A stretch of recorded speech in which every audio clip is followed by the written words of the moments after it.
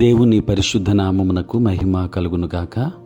క్రీస్తునందు ప్రియ దేవుని బిడలారా, ప్రభు అయిన యేసు క్రీస్తు పరిశుద్ధ నామములో మీ అందరికీ ఈ ఉదయకాల శుభములు తెలియచేయచ్చు ఉన్నాను. ఈ దినమంతయు మీకు మీ కుటుంబానికి దీవెనకరముగాను ఆశీర్వాదకరముగాను దేవుడు అనుగ్రహించాలని మీ కొరకై ప్రార్థిస్తూ ఉన్నాను.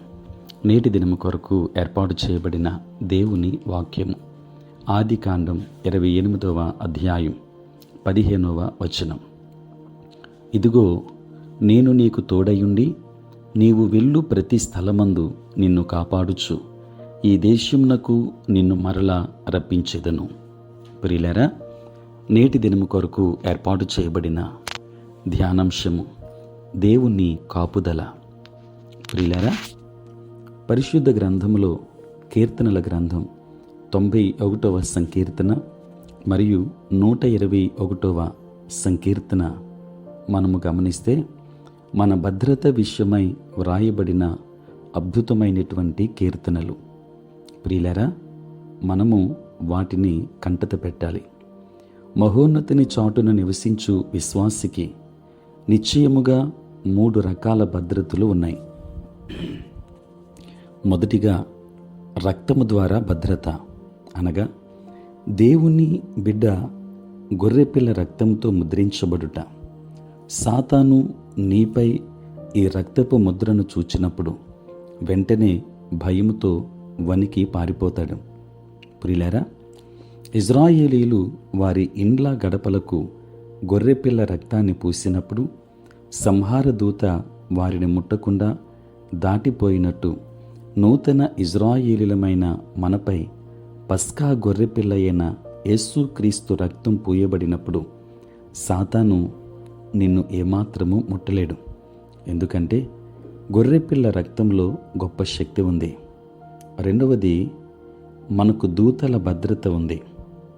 కీర్తనల గ్రంథం 91వ సంకీర్తన 11, 12 వచనాలు మనం గమనించినప్పుడు దూతలు రాత్రి పగలు నీ చుట్టూ ఉండి నిన్ను కాపాడుతూ ఉంటారు. మూడవదిగా, ఇశ్రాయేలీలను మేఘ స్తంభముతోనూ అగ్ని స్తంభముతోనూ కాపాడినట్టు మనకు పరిశుద్ధాత్ముని భద్రత ఉంది. ఇది అగ్నిజ్వాల వంటిది. ఆదికాండం 3వ అధ్యాయం 24వ వచనములో దేవుడు అటూ ఇటూ తిరిగే ఖడ్గజ్వాలను ఉంచినట్టు మనం చదువుతాం. ప్రియులారా, ఆదికాండం 28వ అధ్యాయం 15వ వచనములో యాకోబును కాపాడతనని దేవుడు నిశ్చయముగా చెప్పాడు. 121వ సంకీర్తన 4వ వచనములో ఇశ్రాయేలును కాపాడువాడు కునుకడు నిద్రపోడు అని మనం చదువుతాం. ప్రియులారా, దేవుడు నిద్రపోతే ఏమవుతుంది? వెంటనే అపవాది గర్జించు సింహములా ఎవరిని మృంగుదునా అని బయలుదేరతాడు. ప్రియులారా, అందుకే దేవుని దృష్టి ఎల్లప్పుడూ మనపైనే ఉంటుంది. మన రాకపోకలలోనే కాక మనం ఎక్కడున్నా నిత్యము ఆయన మనతోనే ఉండి మనల్ని కాపాడుతూ ఉంటాడు. ఆయన మనల్ని వివిధ ప్రమాదముల నుండి, విపత్కరమైన పరిస్థితుల నుండి, అపాయముల నుండి కాపాడు దేవుడు. నిత్యము మనల్ని కాపాడుచున్న దేవునికి మనము వందనాలు చెల్లిందాం. ఆయనను ఆశ్రయించే వారముగా ఉందాం. దేవుని కాపుదల ఎల్లప్పుడూ నీకును నీ కుటుంబానికి తోడై ఉండునుగాక. ఆమేన్. ప్రార్థన. పరిశుద్ధుడైన తండ్రి, ప్రేమ కలిగిన ప్రభువా, మీ పరిశుద్ధ నామమునకై వందనాలు స్తోత్రాలు చెల్లిస్తూ ఉన్నాము నాయన. రాత్రంతయు కాపాడి సంరక్షించి సుఖనిద్రను మాకు దయచేసి మా జీవితంలో మరి యొక్క నూతన దినాన్ని మీరు మాకు అనుగ్రహించినందులకే స్తోత్రాలు. ఈ దినమంతా మీ సన్నిధి మాతో ఉంచండి. మీ ప్రసన్నత మాకు అనుగ్రహించండి. మా ప్రతి బలహీనత నుండి మాకు విడుదలనివ్వండి. నేటి మా పనులలో, ప్రయాణములలో, పరిచర్యలో మీరే తోడుగా ఉండండి. దిన దీవెనల చేత మమ్మల్ని నింపండి. నీ పరిచర్య చేయించిన ప్రతి సేవకుని దీవించండి.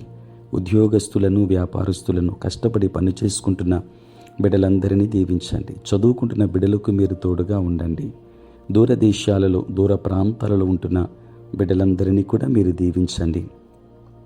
నాయనా, ప్రతిదినము ఈ ప్రాతకాలపు ధ్యానములు వింటున్న ప్రతి కుటుంబాన్ని మీరు ఆశీర్వదించుమని వేడుకుంటూ ఉన్నాం. పుట్టినరోజు మరియు పెండ్లి రోజు జరుపుకుంటున్న బిడ్డలను దీవించి నూతన ఆశీర్వాదములు మెండుగా వారికి అనుగ్రహించుమని, దినదీవెనల చేత మమ్మల్ని నింపమని యేసయ్య నామములో ప్రార్థించి వేడుకొనుచున్నాము తండ్రి. ఆమేన్. తండ్రి, కుమార, పరిశుద్ధాత్మ త్రియేక దేవుని దీవెన సదా మీ అందరికీ తోడే ఉండును గాక. ఆమేన్.